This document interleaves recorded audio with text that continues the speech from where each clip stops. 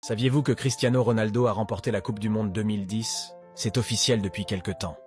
L'Argentine a remporté la Coupe du Monde et Lionel Messi a enfin obtenu le trophée qui lui manquait. Ce que beaucoup ignorent, c'est que Cristiano Ronaldo, son rival de toujours, a lui aussi remporté la Coupe du Monde en 2010. Je m'explique. La Coupe du Monde 2010 est un peu spéciale, car parmi les nations, il y a une équipe un peu spéciale, la Corée du Nord. Et ce qui est spécial, c'est que, pour la première fois, les Nord-Coréens ont été autorisés à regarder leur équipe jouer en direct. C'était historique.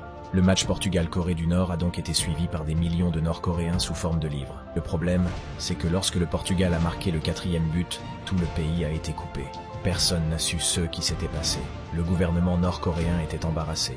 Toute la nation venait de voir l'équipe nationale humiliée en direct. C'est alors que Kim Jong-il, le dirigeant de la Corée du Nord, a eu une idée diabolique, quitte à être humilié en direct, autant que ce soit pour le monde entier.